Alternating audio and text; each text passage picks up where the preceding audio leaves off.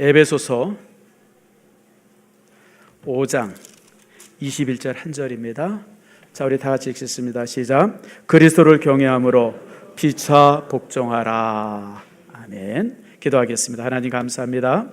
오늘 가정주일로 함께 모입니다.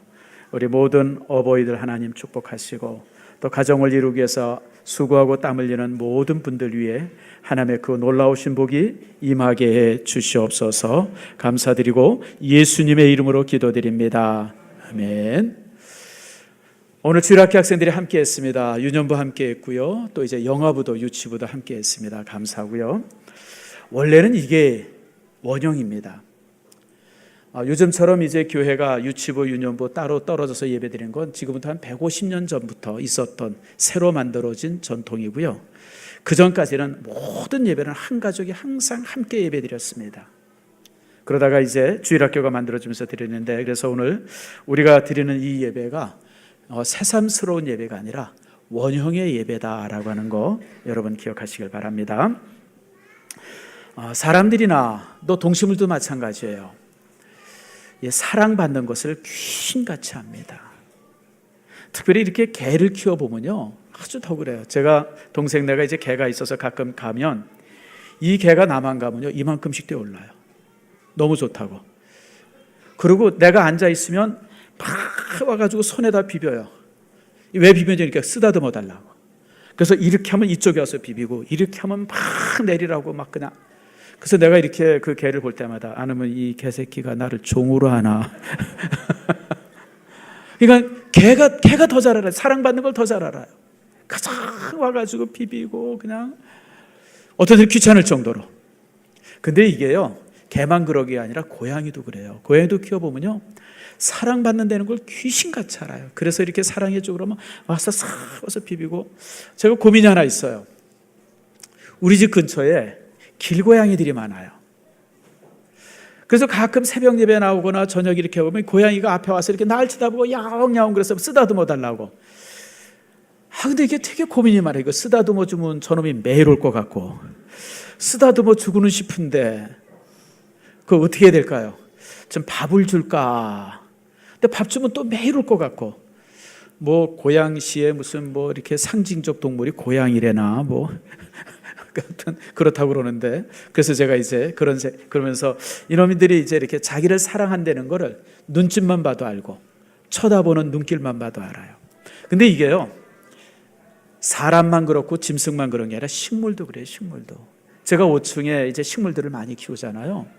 재밌는 거는 매일 가서 시간 날 때마다 보고 또 보고 그러면요 이 식물들이 건강하게 자라고요. 글쎄 그렇게 꽃 피우기 어렵다는 난들도 꽃대가 올라와서 꽃을 피워요. 신기하죠? 그런데 이제 무관심해가지고 어떤 때 바쁘고 그래서 관심 없이 그냥 일주일 그냥 보내고 나서 보면요 죽은 놈들 잡초들 무성하게 나와가지고 엉망이 되어지더라고요. 그래서 이게 모든 생명 있는 존재들은 사랑받는 데는 걸 귀신같이 하는구나. 근데 동시가 하나 있어요. 윤보영이라고 하는 분이 쓴 동시인데 꽃도 사랑 같아서라고 하는 동시예요. 여러분 한번 들어보세요. 꽃 앞에서 이쁘다 이쁘다 볼 때마다 얘기했더니 글쎄 꽃이 좋은 향기를 내미는 거예요. 처음에는 빈말인 줄 알았는데 자꾸만 듣다 보니 자기가 정말 이쁜 꽃이라는 걸 알았다면서요. 그러니까 여러분 꽃 보고 이쁘다 이쁘다 그러니까 이 꽃이 진짜 이뻐진 거예요. 사람도 동일해요. 아이들도요 사람들도 이쁘다 이쁘다 그러면 아이가 정말 이뻐져요. 정말 이뻐집니다. 부부 사이도 동일해요. 이쁘다 이쁘다 그러면 정말 이뻐져요. 제가 이렇게 목사이기 때문에 우리 성도들을 많이 보잖아요. 교회 올 때 정말 이쁘게 하고 오는 분들은요 이유는 딱 하나예요. 가정에서 이쁨을 받아서 그래요. 그러니까 교회 올 때마다 아주 이쁘게 하고 와요. 근데 교회 올 때 월남 치마 입고 오고 쓰레빠 끌고 오고 그냥 밥을 붙여서 오면요 가정에서 사랑받지 못해서 그래요. 사랑받지 못하니까 그냥 아무렇게나 하고 다니는 거예요. 한번 옆 사람 봅시다. 이 사람이 집에서 이쁨 받는 사람인가 아닌가. 자, 우리 이 시간에 같이 한번 옆 사람에게 얘기해 봅시다. 이쁩니다. 사랑합니다. 정말 이쁩니다. 그럼 이뻐져요. 그럼 이뻐져. 여러분, 제가 조금 잘생겨 보이지 않아요? 별로 반응이 없는데 우리 집 사람은 제가 제일 미남이래요. 우리 장로님들 게임이 안 된답니다. 저한테 비하면. 그러니까 저는요, 제가 진짜 잘생긴 줄 알아요. 제가 조금 그래서 우리 식구는 둘 다 조금 덜 떨어져 가지고 우리 집 사람 내가 제일 이쁜 줄 알고 난 또 하도 그 얘기를 듣다 보니까 내가 잘생긴 줄 알고. 근데요, 실제 그러고 사는 거예요. 남자들도요, 집에서 아내가 막 격려하고 세워주면요, 바깥에 나가서 사회생활할 때 정말 자신 있게 생활해요. 근데 집에서 네가 인간이야 이러고 이제 야단 맞고 그냥 천대 받으면요, 세상에 나가서도 아주 말썽꾸러기라고 살아요. 그래서 여러분, 가정은 사람을 만드는 곳이고요, 사람을 세우는 곳이에요. 그래서 오늘 이 시간에 우리 이제 유치부도 영아부도 또 이제 유년부도 함께 했는데, 오늘 이제 우리 가정이 몇 점짜리 가정인가 점수를 한번 매기려고 그래요. 자, 한번 주보 봅시다. 주보를 한번 다 펴보세요. 주보에 보면 설교 요약 있죠. 설교 요약에 보면 10가지 문항이 있어요. 이제 이 10가지 문항을 내가 얘기하면 여러분들이 점수를 매기는 겁니다. 한 문항에 10점입니다. 그래서 1번부터 10번까지 다 10점을 맞으면 몇 점이에요? 100점이에요. 100점이면 제가 상을 줄 겁니다. 4사람을 뽑아서. 그래가지고 여러분들이 우리 특별히 이제 점수를 매겨가지고 제일 높은 사람들 4가정을 뽑아가지고 상을 줄 거예요. 근데 너무 후하게 주면 안 되고 또 너무 박하게 주면 안 돼요. 객관적으로 아이들이 있으면 아이들이 점수를 매기게 하세요. 제일 정확합니다. 엄마가 옆에서 컨닝하지 마시고. 자, 그래서 제일 점수 좋은 사람 가정을 이제 상을 줄 텐데, 자, 이제 시작을 합니다. 첫 번째, 우리 한번 다 같이 따라합시다. 행복한 가정은 서로 섬깁니다. 아이들 중에 이런 애들 있죠. 밥 먹다가 엄마 물 줘! 나쁜 놈이에요. 엄마 물 줘! 어떤 놈이에요? 진짜 나쁜 놈이에요. 어떻게 해야 돼요? 물 먹으면 어떻게 해야 돼요? 내가 가서 떠서 먹어야지. 아니, 물조차도 못 떠먹어요? 엄마가 무슨 종이에요? 엄마를 종처럼 부리는 놈은 아주 나쁜 놈이에요. 가정은 엄마가 아이를 위해서도 희생하지만 아이들도 엄마를 위해서 희생해야 돼. 엄마가 부엌에서 막 일하면 엄마 내가 뭐 도와줄까 와서 수저도 놔주고, 엄마가 이렇게 밥 떠놓으면 밥도 옮겨주고 그래야 돼요. 진짜 또 나쁜 놈이 있어. 엄마가 밥 다 차려놓고 얘야 밥 먹으라 그러는데 들은 척도 안 해, 게임하느라고. 아주 나쁜 놈이야. 혹시 그렇게 나쁜 놈이 있으면 손 들어보세요. 저기 한 명 있네. 야, 아니 쟤는 아닌데. 여러분, 가정은 섬기는 곳이에요. 아빠는 엄마를 섬기고 엄마는 아빠를 섬기고, 또 부모님들은 자식을 섬기고 자녀들은 부모님을 섬겨주고, 이렇게 서로 섬기는 곳이 가정이에요. 그런 가정이 아름다운 가정입니다. 여러분, 어떤 가정에 보면 너무 한 사람에게 희생을 강조해요. 어떤 가정에 보면 막 엄마에게 희생을 강조하고 또 막 아빠에게만 희생을 강조하고, 이렇게 그냥 서로가 희생만 강조하니까 가정이 재미가 없어요. 회사에서 파해도 집에 들어가고 싶질 않아요.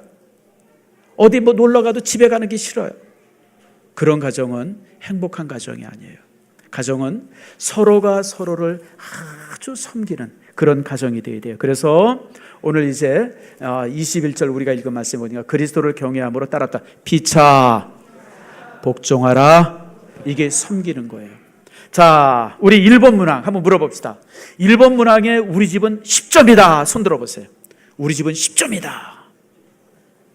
진짜요? 진짜로니까 손 내리네. 진짜 10점짜리 한번 손 들어보세요. 상 줄게요. 김주수 장로님 진짜요? 장로님 빨리 나오세요. 그러면 내가 상 준다고 그랬으니까 상 받아야죠. 앞으로 나오세요. 예, 내가 보니까 장로님 진짜 그래요, 장로님?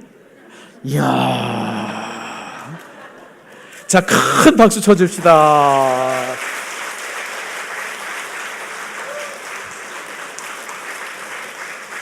이렇게 장로님이 받으면 목사님이랑 장로님이 무슨 짜고 친다 뭐 혹시 성도들이 이럴까봐 제가 걱정이 되는데, 그 장로님 권사님이 너무 그냥 손을 그냥 부쩍 들어가지고 어떻게 할 수가 없었어요. 자, 두 번째 따라합시다. 행복한 가정은 질서가 있다.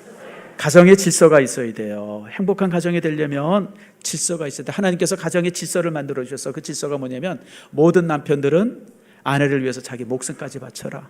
아내는 그 남편에게 순종해라. 자녀들은 부모님의 말씀에 순종해라. 이게 하나님께서 가정에 만들어주신 질서의 질서. 이런 질서를 잘 지킬 때 가정이 행복해요. 하나님께서는 온 우주가 막 정신없이 뒤흔들어져 있을 때, 이게 카오스 상태, 혼돈의 상태야. 그 혼돈의 상태를 질서를 주셨어요. 그 주신 질서가 코스모스, 그게 우주예요. 우주. 우리가 살고 있는 이 세상은 하나님의 정교한 질서 속에서 이렇게 돌아가요. 그런데 우리 여자분들한테 한번 물어볼게요. 화장을 영어로 뭐라 그래요? 화장 그랬더니 메이크업 이러는 사람이 있어요. 화장은요, 코스메틱이라고 그러죠. 코스메틱이라는 뜻이 뭐예요? 질서를 찾는 거예요. 그러니까 하나님께서 내게 만들어주신 모습을 그대로 아름답게 하는 거, 그게 화장이에요. 그래서 여러분, 화장이라고 하는 말은 하나님께서 주신 질서를 따라서 나를 잘 정리하는 게 화장이에요. 그런데 요즘에는 이게 좀 지나쳐가지고 화장을, 얼굴을 완전히 바꿔놓는 사람이 있어. 그걸 갖다 뭐라 그러죠? 메이크업. 메이크업은 뭐예요? 따라합시다. 변장이다. 변장하고 온 사람 손 들어보세요. 여기는 다 화장이에요. 하나님께서 만드는 질서들을 다. 그래서 여러분, 가정은 질서대로 돼야 돼요. 아버지는 아버지에게 주신 질서, 어머니는 어머니에게 주신 질서, 자녀들은 자녀에게 주신 질서, 이 질서대로 가정이 잘 만들어질 때 가정은 행복한 가정이 되어져요. 자, 그래서 두 번째는 가정은 질서가 있어야 돼요. 자, 그렇기 때문에 행복한 가정은 규칙과 훈육이 있어야 돼요. 자, 이게 이제 부모들에게 중요한 거예요. 요즘에 많은 부모들이 자녀들을 책망을 안 해요. 왜 책망을 안 하냐면 혹시 자녀들이 상처를 받을까 봐. 아니에요, 여러분. 성경은요, 자녀들을 책망하는데 자녀들이 이 효도하지 않고 하나님의 질서를 지키지 않으면 어느 정도까지 책망하냐면, 따라합시다. 채찍으로. 세상에 자녀를 때리는데 종아리를 때리는 게 아니라 채찍으로 때리는 거예요. 채찍으로. 그렇게 무섭게 훈육하려는 거예요. 이게 왜 그렇게 훈육을 하냐면, 가정 안에서 있는 작은 질서도 순종하지 못하면 이 다음에 커서 세상에 나가서 큰 질서는 더더욱 지키지 못한다는 거예요. 여러분, 세상에 질서가 얼마나 많아요. 학교만 가도 규율이 얼마나 많아요. 여러분, 이 유치원만 가도, 어린이집만 가도 규율이 얼마나 많아요. 근데 가정 안에서 부모님으로부터 그 규율을 잘 교육받고 규율을 잘 훈육받은 아이들은요, 어린이집에 가서도 잘 적응해요. 그대로 세상에 나가서도 잘 적응합니다. 근데 여러분, 이 훈육을 받지 못한 아이들은 지 멋대로 자라요. 지 멋대로. 그래가지고 그냥 학교 가서도 무슨 이 다음에 사회생활 하면서도 그냥 멋대로 살아요. 그래서 여러분, 가정 안에는 규칙이 있어야 되고 그 규칙에 대한 훈육이 있어야 돼요. 예를 들면, 내 방은 내가 정리하기, 내가 어지른 거는 내가 치우기, 아침에 일찍 일어나기, 식사 시간은 항상 함께하기, 이런 그래서 규칙은 많을 필요는 없어요. 한 5-6가지만 하더라도, 작은 규칙이라 할지라도 항상 그 규칙을 잘 지키고, 지키지 않을 때는 정확하게 훈육하고, 이런 것이 되어지면 여러분, 행복한 가정이 되어져요. 네 번째, 가정은요, 실수도 받아주는 곳이 되어야 돼요. 자, 내가 한번 물어봅시다. 자, 어떤 일이 있는데 그 일은 해도 망하고 안 해도 망해요. 자, 해도 망하고 안 해도 망한다 그러면, 그래도 나는 하겠다 그런 사람 있으면 한번 손 들어보세요. 한 사람, 조금 정신없는 사람들이죠. 근데 해도 망하고 안 해도 망하기 때문에 나는 안 하겠다, 손 들어보세요. 이 사람은 더 정신없는 사람들이에요. 여러분, 우리가 해도 망해도 안 해도 망한다 그러면 하세요, 여러분들. 왜요? 망하더라도 뭐가 있어요? 배우잖아요, 여러분들. 사람은요, 세 가지를 통해서 배웁니다. 여러분 잘 보세요. 사람은 제일 먼저 뭘 통해서 배우냐면 책을 통해서 배워요. 근데 이 책을 통해서 배우는 게 사실 제일 낮은 배움이에요. 책을 통해서 배우는 거예요. 두 번째, 사람은 대화를 통해서 배워요. 저도 이렇게 친구들과 이렇게 대화를 해보면 책 한 권 읽으려고 그러면 보통 일주일 이상 걸리는데 친구들이랑 대화를 하다 보면 그 책 한 권에 대한 지식이라든지 그 중요한 것들을 10분, 15분 만에 배우는 수가 있어요. 그래서 여러분 강의가 중요한 거예요. 대화, 강의를 듣거나 대화하거나 그게 중요해요. 근데 책보다 그런 만남이나 대화보다도 훨씬 많은 걸 배울 수 있는 곳이 있어요. 그게 실패예요.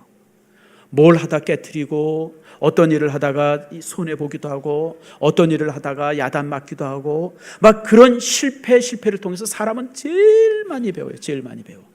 그러니까 가정은 어떤 곳이냐? 자녀들이 어떤 일에 있어서 혼자 하게 하고 그리고 혼자 하면서 막 힘들어하면 좀 도와도 주지만 스스로 하다가 성공도 하지만 실패도 하도록 그냥 놔두는 거예요. 저는요, 여러분들이 잘 보세요. 자녀들이 뭘 하고 그럴 때 청년 들어서 사업한다고 뭐 그럴 때 여러분들 실패하니까 막 안쓰러워가지고 막 도와줄 그러지 마세요. 여러분들 쫄딱 망하는 실패 한번 경험해 봐야 돼요. 여러분들 그걸 통해서 내 자녀가 가장 많은 걸 배워요. 그냥 여러분 그냥 놔두세요. 그런데 중요한 것은 실패했을 때 항상 부모들이 받아줘야 돼요. 여러분 왜 아이들이 거짓말하는지 아세요? 그런 실패나 실수들을 부모들이 막 야단치니까 애들이 거짓말하기 시작해요. 회피하기 시작하고. 그래서 여러분 좋은 가정은요 실수를 받아줘요. 실수를 받아줍니다. 그래서 자녀들이 혹시 실수하면 설 수 있도록 격려해 주고요. 그리고 그런 격려를 통해서 아이가 다시 도전할 수 있도록 기회를 만들어줘요. 그러면서 아이들이 큰 아이가 돼요. 큰 아이가. 그래서 여러분들 네 번째로는 행복한 가정은 실수를 받아줘요. 자, 우리 아이들에게 한번 물어보자. 부모님들은 내가 실수하고 그래도 뭔가 도전하고 실수해도 야단 안 친다. 야단은 치긴 쳐야죠. 치긴 쳐야 되지만 다시 할 수 있도록 기회를 준다. 그런 부모님들이 있으면 손 들어보세요. 아이들이 볼 때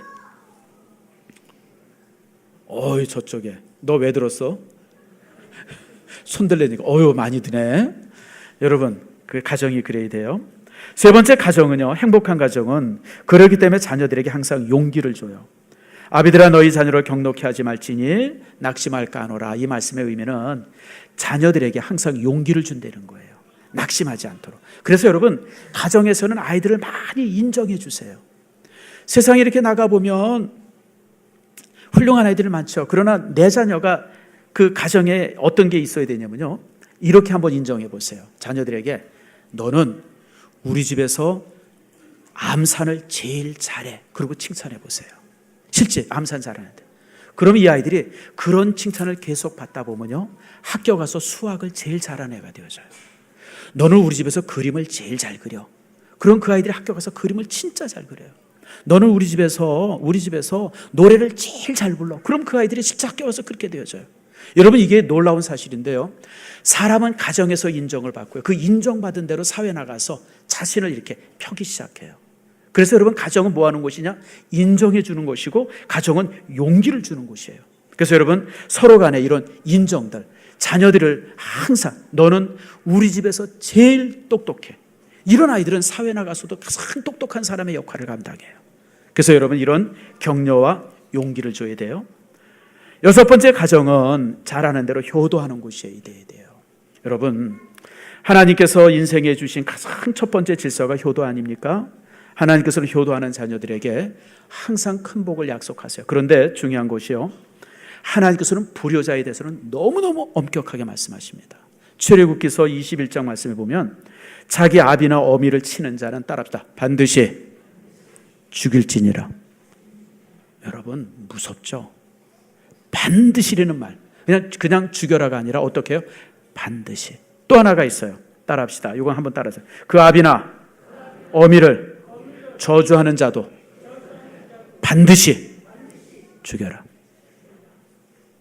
이게 성경 말씀이에요. 여러분들 성경의 말씀이 사랑만 있지 않아요. 이렇게 무섭고 엄한 규율이 있어요. 부모님을 저주하거나 부모님을 치거나 그러면 반드시 죽여라. 본보기를 보이려는 거예요. 그런데 반대로 부모님에게 효도하게 되어지면 하나님께 주시는 축복이 있습니다. 부모님에게 효도하면 장수의 복을 주세요. 오래 사는 복을 주시고요. 또 여러분 범사가 잘 되는 복을 주시고요. 지혜와 명철을 주시고요. 부귀와 영화의 복을 주겠다. 하나님의 약속이에요. 내가 조금 모자르고 부족하고 내가 정말 재능이 좀 이렇게 없어도 우리가 효도만 잘해도 하나님께서 우리의 삶에 복을 주세요. 이건 원칙이에요. 하나님께서 모든 인간에게 준 원칙이에요. 여러분 실제 우리 주변에 보세요. 효도하는 가정이 가난하게 살고 못 사는 가정이 있나? 부모님들에게 효도하는 가정들은요, 자녀들은 항상 잘 돼요. 하나님이 주시는 축복이죠. 7번째, 행복한 가정은 목표가 있어요. 여러분 특별히 가정에 있어서 여러분들이 목표를 세우세요. 연초가 되어지면 목표를 하나 세우세요. 우리 가정의 올해 목표, 5kg 이상 빼기, 이런 목표를 여러분 정하세요. 우리 가정의 올해 목표, 건강하기, 우리 교회, 우리 집안, 이런 목표들을 연초에 세워놓고 1년 내내 그 목표를 바라보면서 아이들과 함께 격려하면서 목표를 이루어 보세요. 근데 놀라운 사실은요, 이렇게 목표를 가지고 또 목표를 이루기 위해서 훈련하고 이런 아이들이 그 목표를 1년, 2년 되면서부터 아이들에게 뭘 갖는 훈련이 되냐면 야망을 갖는 훈련을 갖게 되어져요. 그냥 집에서 아무렇게 자란 애들은요, 속에 희망이나 야망이 없어요. 그런데 이런 목표를 가지고 아이들을 훈련시키면요, 아이들이 2년, 3년, 4년 되어지면서 뭔가 자신의 삶에 대한 목표를 갖기 시작해요. 이게 훈련이에요. 그래서 가정은 목표를 가져야 돼요. 목표. 그리고 8번째는 뭐냐면 대화가 있어야 돼요. 즐거운 대화. 내가 아까도 말씀드린 것처럼 대화를 통해서 우리가 많이 배우죠. 근데 배울 뿐 아니라 그 대화를 통해서 내 사고가 발전하고 대화를 통해서 더 이렇게 내가 성숙해져요. 그리고 이 대화를 통해서, 언어를 통해서 우리의 삶의 체계가 이렇게 체계화돼요. 체계화돼. 근데 대화를 하되 긍정적인 대화, 즐거운 대화를 하려고 했으세요. 유대인들은 식사 시간이 되어지면 항상 그 식구들이 우스운 얘기를 하나 하고 밥을 먹게 한대요. 재밌는 얘기. 학교 갔다 오면, 그렇다고 무슨 여러분 코미디에서 보고 무슨 여러 책에서 본 얘기들, 이런저런 얘기들이야 한계가 있잖아요. 그럼 이제 자기 일상의 삶 속에서 재밌는 얘기를 찾는 거예요. 엄마 오늘 학교에서 오다가 보니까 무슨 일이 있었고, 얼마나 재밌는 일, 학교에서 무슨 일이 있었고, 이런 재밌는. 근데 한번 제가 물어봅시다. 유대인들의 삶 속에서 삶이 재미있었을까요? 없었을까요? 이건 중요한 질문이에요. 유대인들은 2000년간 자기 나라 없이 산 사람이에요.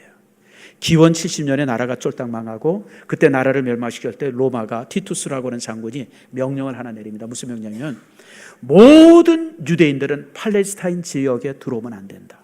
들어오면 다 죽여라. 그래서 모든 유대인들이 자기 땅에서 다 그때부터 모든 유대인들은 유랑 생활합니다. 제일 많이 그들이 이제 넘어간 데가 스페인 쪽에 제일 많이 넘어가고요. 그리고 또 이제 넘어간 곳이 터키 쪽에 넘어갑니다. 그래서 유대인들은 터키 쪽에 넘어갔던 사람들은 또 이제 러시아 쪽에 많이 넘어가고 동유럽 쪽에 많이 가서 살고. 그래서 그 유대인들은 다 흩어져 살아요. 그런데 문제는 뭐냐면 유대인들의 사는 지역에 게토라고 해서 가장 가난한 사람들이 사는 빈민가예요. 그리고 유대인들은요, 사회에 문제가 있으면 항상 표적이 됐어요. 100여 년 전에 동경 대지진이 있었을 때 그 동경 대지진의 책임을 우리 한국 사람한테 밀어서 얼마나 많은 사람이 죽었습니까? 똑같았어요. 만약에 패스트가 퍼졌다. 그러면 왜 패스트가 퍼졌냐? 유대인들이 운물에다 독을 품었다. 그래가지고 그 동네 유대인들을 다 잡아서 죽였어요. 만약에 무슨 어떤 일이 있다 그러면 유대인들. 그래가지고 유대인들은요, 너무 힘겹게 2000년을 힘겹게 살았어요. 근데 그렇게 모든 일들이 힘겹고 불행하게 되어지는데 그 유대인들은 그 자신의 삶 속에서 항상 유모들을 발견했어요. 그러면서 세상을 뭐로 보냐면 긍정적으로 보는 시선을 가리켜요. 그 힘들고 어려운데도 그 속에 살만한 일이 있다. 그 속에 재미있는 일이 있다. 그 속에서 즐거운 일이 있다. 이걸 찾게 해요. 그래서 이것을 유대인들이 쭉 훈련받으면서 유대인들은 세상을 긍정적으로 봐요.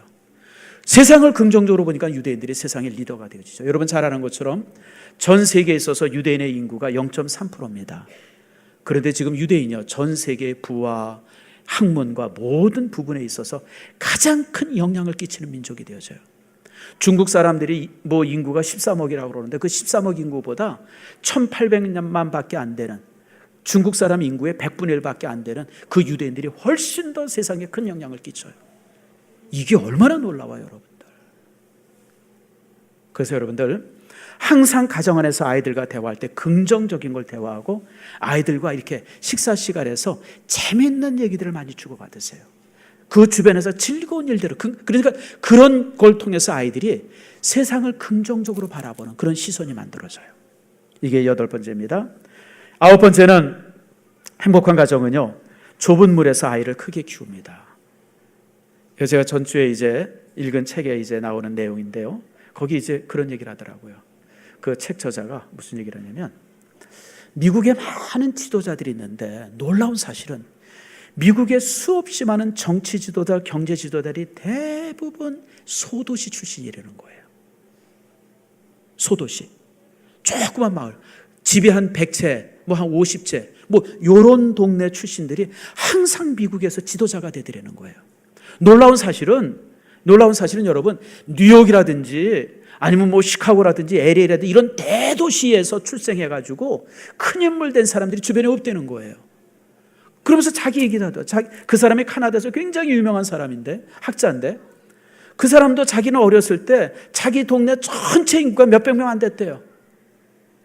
모든 사람이 다 서로 알 정도로 자기가 그런 데서 자라고 그런 데서 키워지고 그런 데서 학교를 다녔다는 거예요. 근데 지금은 이 카나다에서 가장 영향력 있는 교수가 되고, 그러면서 하는 얘기가, 놀랍게 지도자들은 항상 소도시에서 출생하더라. 이게 왜 그런지 아세요? 여러분, 큰 연못에는 큰 고기들이 많아요. 큰 고기들은. 그러니까 그런 큰 연못에서 작은 고기들은요, 이게 그냥 막 사느라고 급급해가지고 제대로 크지를 못해요. 큰 고기들이면. 근데 작은 연못은 조그만 고기들밖에 없잖아요. 막 거기서 키재기하면서 크게 큰다는 거예요. 그래서 아이들을 교육할 때, 아이들을 공격할 때 큰 물에서 작게 키우지 말고 작은 물에서 크게 키워라. 그게 교육하기 아주 중요한 이론 중에 하나입니다. 그래서 그런지 요즘에 우리나라 시골 있죠. 저 시골에 아이들, 학생들 전체 다 합해가지고 뭐 한 30명, 40명밖에 없는 그런 학교, 그런 초등학교, 그런 중고등학교에 서울에 있는 부모들이 자녀들을 유학을 많이 시킨대요. 거기 가서 자연과 마음껏 뛰놀면서 거기 가서 공부해라. 거기 가서 곧 3, 40명 되는 데서 항상 리더하고 으뜸되고, 이제 그런 데서 커진 아이들이 일종의 그 마음속에 호연지가 만들어지는 거예요. 그래서 여러분, 자녀들은 여러분 정말 이 작은 곳에서 크게 키워야 돼요. 우리나라의 대학 중에서, 우리나라 대학들이 얼마나 좋은 대학들이 많습니까? 가장 자살률이 높은 대학이 어딘지 아세요? 매년 보면 그 대학 학생들 중에 누가 자살했다 이래가지고 신문에 한두 사람씩 꼭 실리는 데가 있어요. 어느 대학이죠? 그게 카이스트예요. 카이스트는 우리나라의 천재들만 들어가는 데입니다. 0.001%만 들어가는 데가 카이스트입니다. 그런데 그 아이들이 고등학교 다닐 때 뭐 이러고 그럴 때 최고 똑똑한 애가 돼가지고 그 학교를 딱 카이스트를 들어가는데, 카이스트에 들어가 보니까 자기보다 잘난 놈들이 너무 많은 거예요. 근데 여기서 좌절하는 거예요. 그래서 자살하고 이런 일들이 매년 한두 건씩 신문에 실려. 나는 그래서 아니 세상에 카이스트 다니는 애들이 왜 자살하나, 난 도대체 이해가 안 가는데 좌절 때문에 그래요. 좌절 때문에. 그래서 여러분, 자녀는요 작은 물에서 크게 키우는 거예요. 여러분 무슨 학군 좋은 데 가고 무슨 뭐 특별한 좋은, 여러분 그러지 마세요. 동네 학교에서 1등하게 하세요. 여러분들 동네 학교에서 여러분 참 마음껏 공부하고 마음껏 잘난 척하게 하세요. 여러분들 그런 아이들이 나중에 가서 큰 인물 돼요. 대학?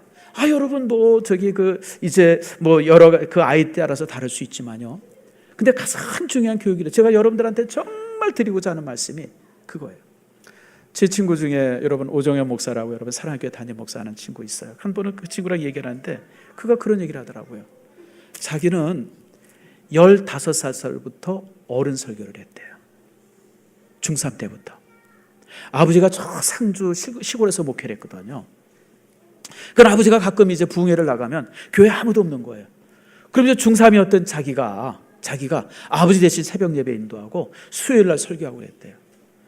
그러니까 그 친구는 저보다 목회를 몇 년 빨리 했어요? 15년 빨리 한 거예요, 15년. 그러니까 그때부터 설교하기 시작했고, 찬양대 지휘하고, 그때부터 주일학교 부장하고, 그냥 혼자 북치고, 그러다 보니까 큰 목사가 된 거예요. 놀라운 사실 중에 하나는 대형 교회에서는 목사가 안 나와요, 여러분들. 여러분, 사랑의 교회 같은 데 보면 무슨 충영교회, 무슨 명성교회, 주일학교 애들 숫자가 여러분 무슨 5,000명, 6,000명이거든요. 난 거기서 훌륭한 목사 나온 예를 내가 본 일이 없어요. 그런데 저 시골교회, 지방교회, 개척교회, 그냥 주일학교 애들 5명, 6명 있는데 이런 데서 아이들이 목사들이 나와요. 그런 데서 목회자들이 나오고 그런 데서 애들이 커지고요. 그럴 수밖에 없죠. 저도 마찬가지예요. 저도 솔직히 얘기하면 저도 고등학교 2학년 때 주일학교 교사를 처음 했는데 왜 했냐면 주일학교 교사가 없어서. 주일학교 교사가 없으니까 고2 이제 예수 믿은 지 2년밖에 안 된 날 불러다가 교사를 하려는 거예요. 아니 세상에 나 같은 놈을 교사를 하라니 내가 얼마나 죽기 살기를 했겠어요, 여러분들. 그냥 열심히, 그러니까 잘한다고 그냥 칭찬해주고 그냥 아이고 정 선생이 최고라고 그러고 난 그래서 내가 진짜 최고인 줄 알았어요.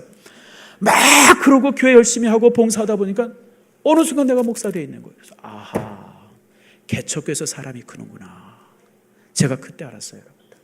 사랑하는 성도 여러분, 아이들을 자꾸만 큰 물에 놀려고 그러지 마세요. 물론 큰 아이들은 큰 물에 가서 놀 수 있죠. 그런데 여러분의 자녀들은 작은 물에서 크게 키우세요. 자신 있게 키우고 지도자로 키우세요. 리더로 키워내세요. 미국의 대통령들 보세요, 여러분들.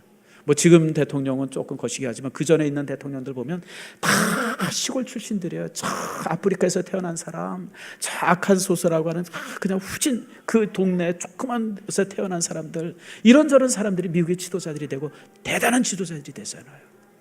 마지막으로 하나 더는 행복한 가정은 믿음의 가정이에요. 신앙 안에서 아름답게. 이거는 너무 당연하죠. 자, 1번부터 10번까지 제가 이제 문항을 딱 줬어요. 자, 지금부터 1분 줄 테니까 점수를 다 매겨보세요. 우리 집이 몇 점쯤 되나. 세민아, 빨리 점수 매겨. 우리 집 몇 점인가. 다 합해보세요. 자, 한번 제가 이제 묻습니다. 쭉 합계해보니까 우리 집은 50점이 넘더라. 손 들어보세요. 50점 넘는 사람. 이 배틀게임이에요. 이렇게 해서 이제 3명만 남길 거예요.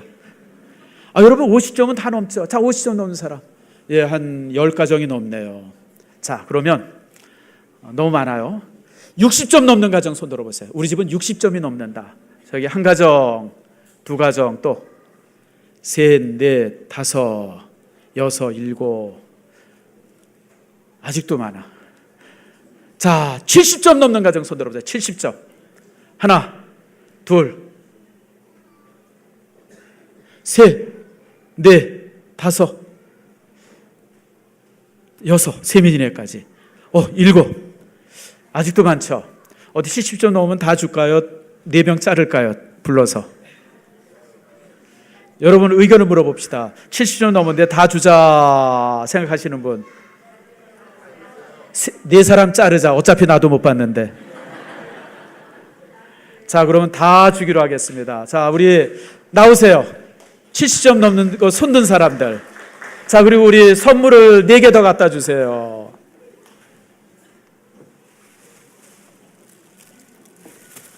자, 우리 3층에서도 내려오세요. 자, 요 앞에 쭉 서보세요. 자, 이쪽으로 일로 와. 이거는요, 아이들이 점수를 매겼기 때문에 정확한 겁니다. 그렇죠?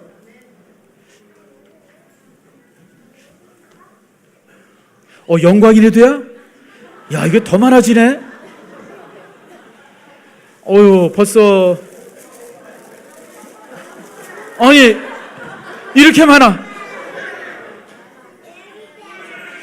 자, 차렷. 저기 5개만 더 가져 올라오세요. 자, 뒤로 돌으세요. 우리는 행복한 가정이에요. 그리고 인사하자. 인사. 자, 여기 세영이부터 하나씩 받아가세요. 그리고 너희도 자, 받은 사람은 들어가세요.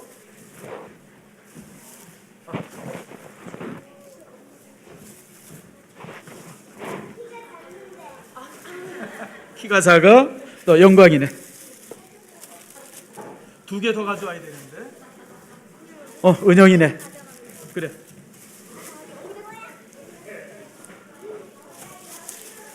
자, 지훈애도.